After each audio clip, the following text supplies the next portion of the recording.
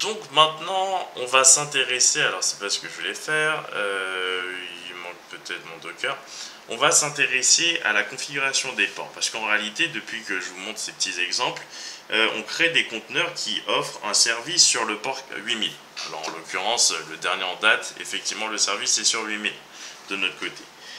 Et la question qu'on peut se poser, c'est comment la gestion des ports fonctionne-t-elle avec Docker. Donc nous, on connaît la commande Docker Run DP 8000 2.80 -name, et puis ensuite vous donnez un petit nom à votre container, et ensuite vous lui collez l'image qu'il représente d'une certaine façon.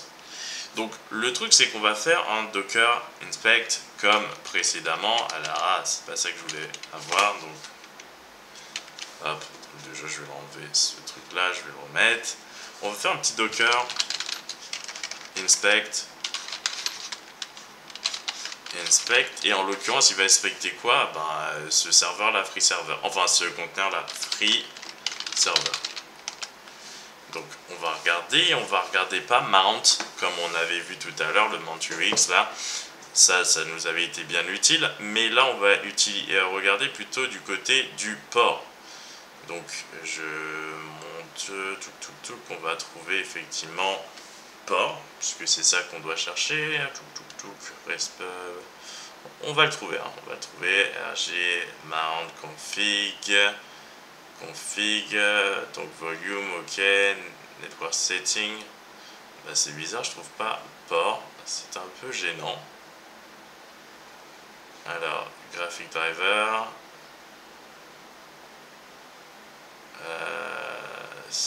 ah voilà, port binding. Donc là c'est super, on a trouvé effectivement nos petites informations. Donc c'est toujours une structure JSON qui nous est retournée, hein. Donc vous reconnaissez ça au double quote. Donc le port binding 80, host IP, rien du tout, host port 8000. Donc explication. Ces structures finalement nous indiquent que le conteneur que nous avons créé déclare le port 80 qui correspond donc au HTTP. Ce port 80 est accessible au niveau de l'hôte, et comme nous l'avons indiqué, il est mappé sur le port finalement 8000 également. Donc ça c'est parfait.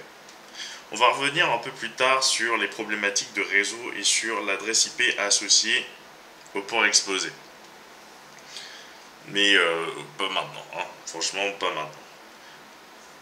En fait, il est même possible, et ça va être intéressant pour la suite, de laisser Docker choisir le port de l'hôte.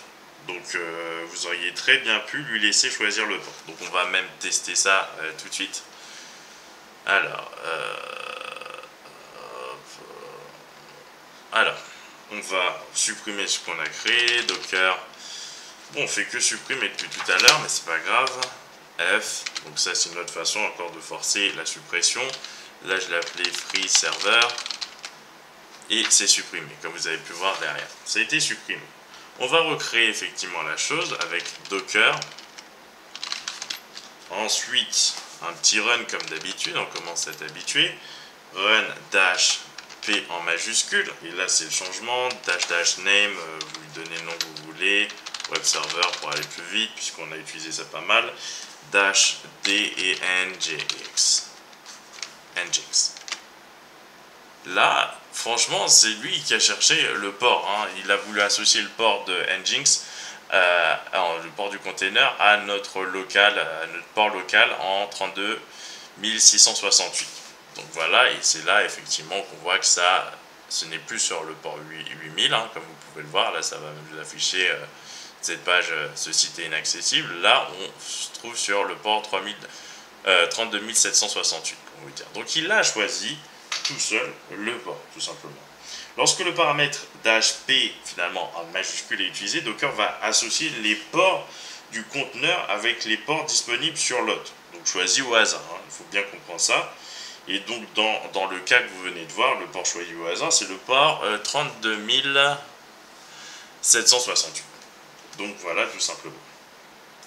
Par contre, attention, et c'est vraiment une attention qu'il faut porter à ça, contrairement au port 8000, le port par exemple qui est ici, la 32768, n'est pas configuré nécessairement pour effectivement certaines machines virtuelles que vous auriez utilisées et certains effectivement logiciels que vous auriez utilisés sur cette machine virtuelle pour contenir ou utiliser vos conteneurs.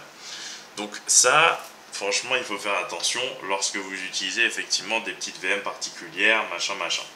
Donc nous, en l'occurrence, c'est pas ce qui se passe, en tout cas, c'est ce qui se passe, mais en backstage, hein, nous, on voit pas ça très clairement. Et donc là, il n'y a pas de souci pour le coup. Maintenant, on va s'intéresser effectivement à d'autres petites choses peut-être plus intéressantes.